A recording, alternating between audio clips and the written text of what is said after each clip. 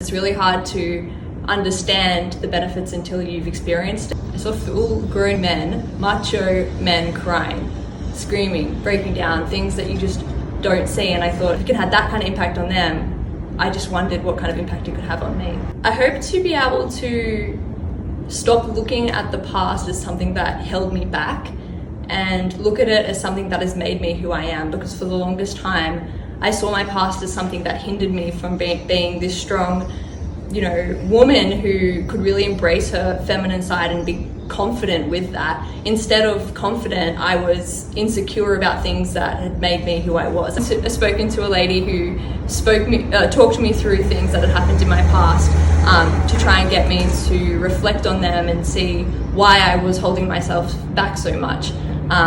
And I found it just brought up a lot of things for me, but I didn't have the tools to be able to actually deal with them.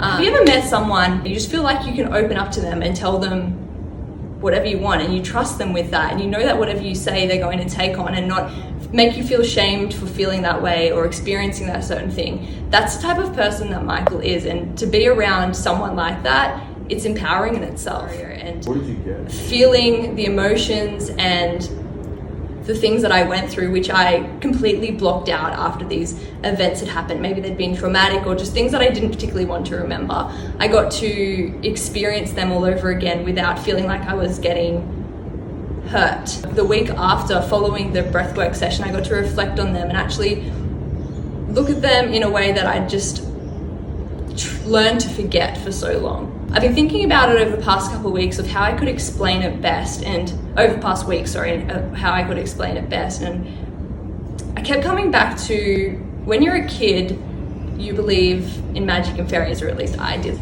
You believe in them so deeply, you'd go out and you'd just spend hours playing in the garden with your magical friends and fairies and these things that could keep you occupied for hours, and it doesn't matter what was happening around you, you were just present. Breathwork's kind of like that. When you're going through the breathwork, it's like you're learning how to play again. You're learning how to be present. You're learning how to express your emotions in a way that you don't even care what anyone else thinks. You don't care who's around. You're just fully there with yourself, and that's it. And in that way, I think it's pretty magic. My hesitations were definitely around what are other people going to think, even around expressing and sharing with other people after the breathwork session. I felt, what if people aren't going to understand? I think I'm weird, but it turns out it doesn't matter.